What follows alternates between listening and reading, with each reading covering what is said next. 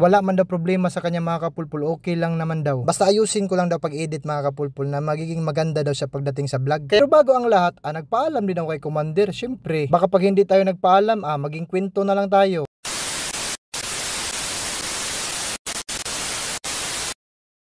At ngayong araw mga kapulpul, medyo makulimlim ngayon sa lugar namin kasi umuulan. Pero kahit ganun pa man mga kapulpul yung panahon, hindi dapat tayong malungkot. Kasi meron tayong ngayong araw lalagariin. Ibig sabihin mga kapulpul, meron tayong kliyente ngayon. Kaya pupunta ako sa mini shop para mag-prepare. Kasi hindi na naman basta-basta yung kliyente natin na magpapatato ngayong araw mga kapulpul. Pangmalakasan na naman to. Medyo may kalayuan man yung mini shop natin mga kapulpul mula sa bahay. Kaya nagsasakyan lang tayo kasi umuulan. Kaya pagkadating ko sa mini shop, rekta ko na agad inayos yung design niya. Kasi mag-aantay lang daw siya ng chat ko pag ready na daw ako. Ready man tayo anytime mga kapulpul pag mga ganong klase mga daily grind.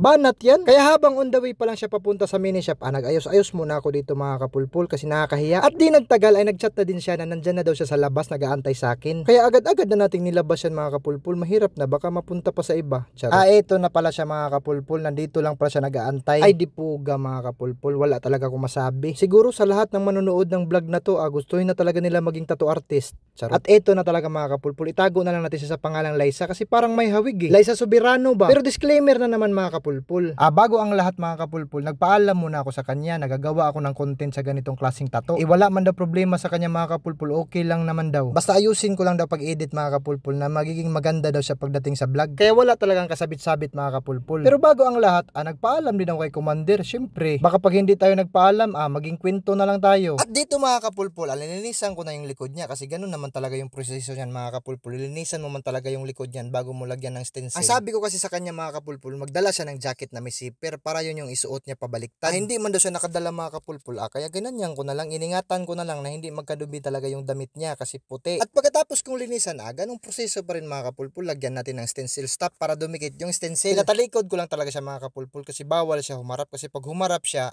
itbulaga talaga. At hindi naman din pwede tayo pumunta sa harapan niya kasi makakita din tayo ng mga hindi dapat makita. Disgrasya talaga. Baka kasi pag nagkataon, wala na tayong client niyan. Mas maganda pa rin kasi yung pagkakatiwalaan tayo ba. At pagkatapos ko madikit yung stencil, ito na yun mga kapulpul. Pinahiga ko na siya para ready to rumble na. Ay, ready to tattoo pala. Tapos nun, inumpisahan ko na agad mga kapulpul. Wala na akong daming itchos-itchos dyan. Tinira ko na agad yung likod niya. Paantayin natin dyan, siyempre, para mabilis magbayad agad siya ba. Kaya sa lahat na gusto magpatato mga kapulpul, kung nagtatanong kayo kung saan yung location ko, nandito na ako sa Abuyog, Leyte. Pero wag kayong mag-alala mga kapulpul kasi 50% discount tayo sa original price ng tattoo. Kasi mga kapulpul, yung goal ko para dun sa mga gustong magpatato na walang budget ba, yung hindi kaya ba. Kaya kung meron kang design tapos kulang yung budget mo, i-PM mo lang mga kapulpul, baka magkasundo tayo. Kung hindi ka makapag-PM, mag-comment ka lang dyan sa comment section. Tapos ito na mga kapulpul, ito na yung kalabasan ng tattoo niya.